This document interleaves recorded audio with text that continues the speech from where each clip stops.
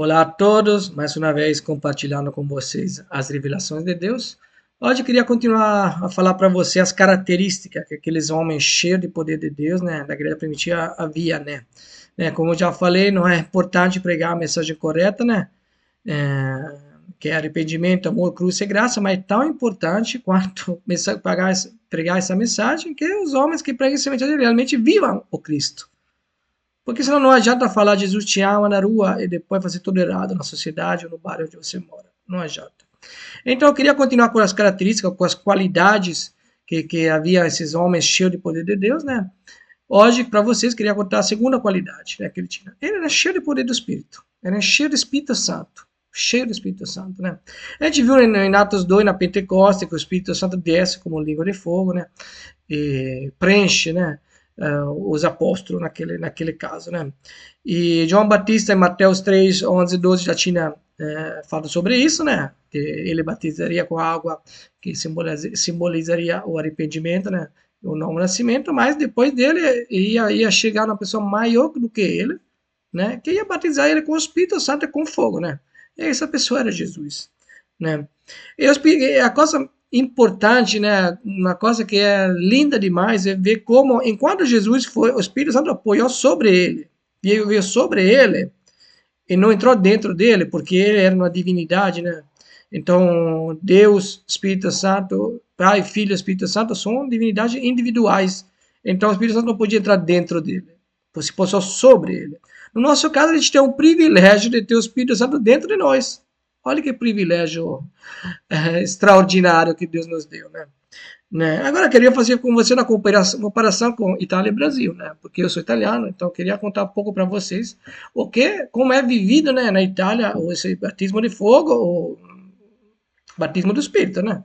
Então, na Igreja Católica, eu venho da Igreja Católica tradicional, né?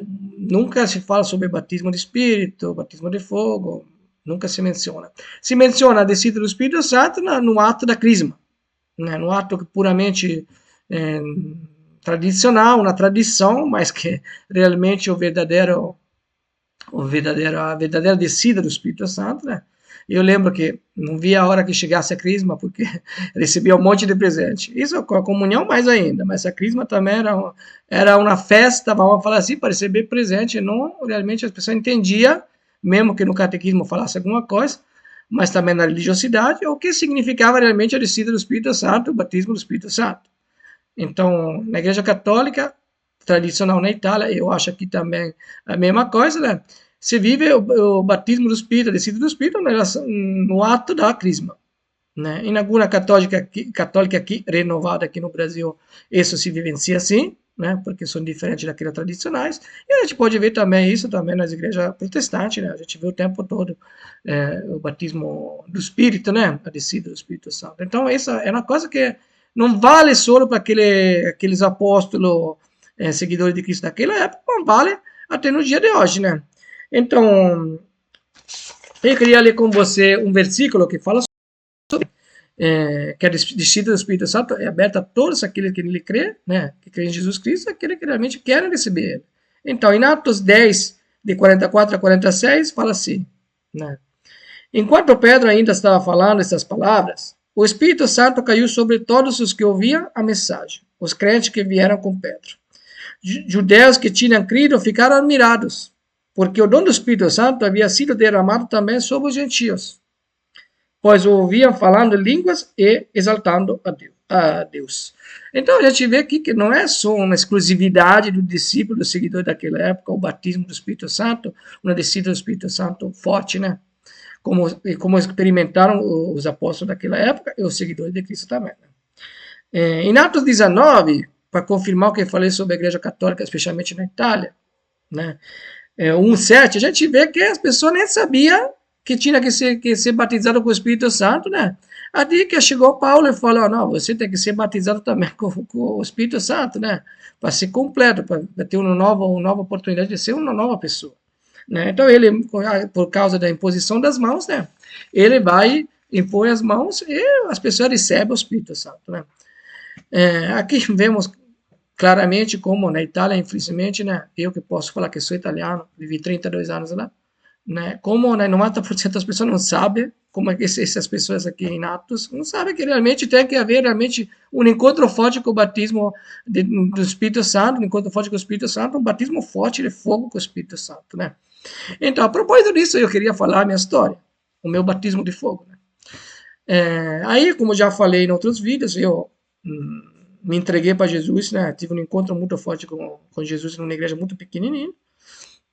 E foi o primeiro encontro com Deus, e depois disso eu me entreguei de todo o meu coração para Deus, né? Eu quis realmente conhecer esse Deus maravilhoso, havia sentido algo diferenciado. Eu queria viver esse Cristo realmente. Me entreguei de todo o meu coração, né? Aí, o que acontecia, né? Comecei a frequentar aquela igrejinha, né? Infelizmente depois virei religioso e não foi uma coisa muito boa.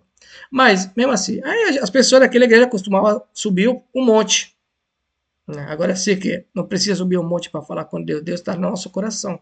Se a gente realmente quer, se a gente recebeu Ele, se a gente acreditar nele de verdade, Ele está no nosso coração. Mas naquela época, queria mais conhecer mais aquele Deus extraordinário, né?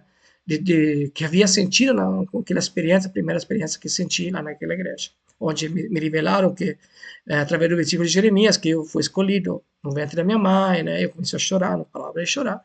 Né? Então eu queria conhecer mais esse Deus. Aí estava falando com aquele casal que me levou para aquela igrejinha, falando, eu quero conhecer mais esse Deus, quero conhecer mais esse Deus, né? Eu quero ter mais experiência com ele, né? Aí um dia a gente subiu, acabou o culto, a gente subiu um monte. Era costume de vez em quando subir um monte. A gente subiu um monte, a gente começou a orar, né? Falar com Deus, cada um no seu cantinho. Até que, a um certo ponto, eu senti como algo que entrou dentro de mim com um poder muito forte, né? Eu não conseguia nem ficar de pé, fiquei deitado. O poder de Deus realmente entrou dentro de mim, né? Foi como, não vou falar convulsões, né? Porque não cheguei a babar, não cheguei a nada disso. Mas não conseguia ficar de pé. Foi uma descida, como um raio que entrou dentro de mim, muito forte, né? Eu fiquei um tempo lá. As pessoas que estavam comigo no monte, algumas ficou preocupadas, né? Porque realmente viu algo de sobrenatural acontecendo aí, né? Mas outro irmão da igreja falou, não, deixa ele assim, porque ele está vivendo um mistério, né? E o outro meu amigo que me levou à igreja falou, vê, ele quer muito a presença de Deus, olha o que aconteceu, queria muito aí. Mas aí, de repente, o Espírito Santo entrou dentro de mim com poder muito forte. E eu acredito que um verdadeiro seguidor de Cristo, um verdadeiro escolhido, né, separado por Deus para ser igual a Cristo realmente, a palavra de Deus fala isso, né, que Deus separou uma parte de pessoa para ser igual ao Filho dele, né, vai passar por um batismo de fogo, de Espírito muito forte, diferenciado dos outros. O outro pode receber o Espírito, mas essas pessoas que vão se parecer com Cristo terão uma experiência tão sobrenatural, um poder, né? Eu lembro muito daquele louvor, não sei se vocês já ouviram, que fala assim, até que eu não consiga ficar de pé, né? Que o poder do Espírito me encha talmente forte, né? Com tanto poder que eu não consiga ficar de pé, né? Então o Espírito Santo, fiquei algum minuto aí, senti um poder de Deus dentro de mim extraordinário que não conseguia nem ficar de pé.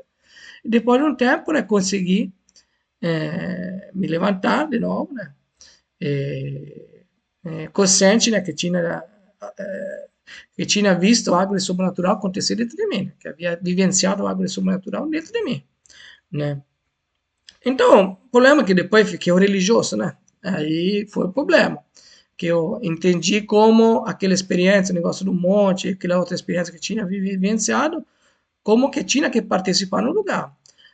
Agora eu sei que a igreja não é o lugar, absolutamente. Deus tem me revelado que a igreja, se sabe, né? A assembleia é a reunião de pessoas. A reunião de pessoas que pode se unir não necessariamente sempre no mesmo lugar, absolutamente, né? Mas eu tenho vivenciado, por exemplo, na minha casa, né? Quando Deus preparou realmente as pessoas para vir aqui na minha casa, não é marcando no horário certo, absolutamente, tudo na liberdade do Espírito. Eu tenho vivenciado experiências sobrenaturais aqui na minha casa, pessoas chorando, pessoas falando línguas, pessoas. Mas não é só na minha casa, pode acontecer na outra casa. Pessoa falando na liberdade, contando testemunho, né, falando da cruz, né, falando de que é para ajudar as pessoas que tem para ajudar, que precisamos ajudar, né? Então essa é uma igreja poderosa, uma igreja que vive na liberdade, não na libertinagem, mas na liberdade do Espírito, sem aquele padronizado, né, de igreja comuns, como 40 minutos de palavra, 30 minutos disso, três louvores, etc, etc. Coisa que, como está escrito na Bíblia, não dá certo, né? Como Paulo repreende os religiosos falam que eles eram cães, né? Porque vieram nos espiar a liberdade que nós temos em Cristo. Não viver mais pela lei, no princípio da lei, mas viver a liberdade do amor, da comunhão do Espírito, do amor, né? Em Cristo. Então, isso é que eu vivo eu. Sou seguidor de Cristo, né? O meu exemplo é Jesus Cristo. Me reúno com as pessoas na comunhão do Espírito do amor, falo da cruz, falo do testemunho que cada um tem para contar, e tem muitos para contar, né? E ajudar as pessoas que precisam, sofrem, que precisam de ajuda. O amor será da troca. Isso é o que eu faço, né? E, voltando à igreja primitiva, a gente vê que esses homens eram cheios do Espírito Santo. Por quê? Em Gálatas 5 a gente vê isso. Por causa do fruto do Espírito. Amor, paz, longanimidade, benignidade, mansidão, domínio próprio, fé, né? Através dos frutos do Espírito você vai reconhecer realmente se uma pessoa é seguidor de Cristo mesmo ou não, né? Isso vale para a liderança também, como já falei, né? Olhe o fruto do Espírito, olhe se tem amor sendo na troca realmente de Deus dentro deles. Eles tinham. Por isso, a mensagem que ele pregava correta, arrependimento, amor, cruz e graça, funcionava, porque ele estava vivendo o Cristo. Ele estava fazendo isso. Então, para se tornar um seguidor de Cristo, né, você vai ter que estar cheio do Espírito Santo. Se aí não receber um batismo de fogo, realmente muito forte, peça a Deus. Né? Se você está vendo esse vídeo é porque você vai se tornar um seguidor de Cristo. Você foi escolhido para ser igual a Cristo. Se você sentir no coração de compartilhar esse vídeo, compartilhe. Um abraço a todos. Até a próxima.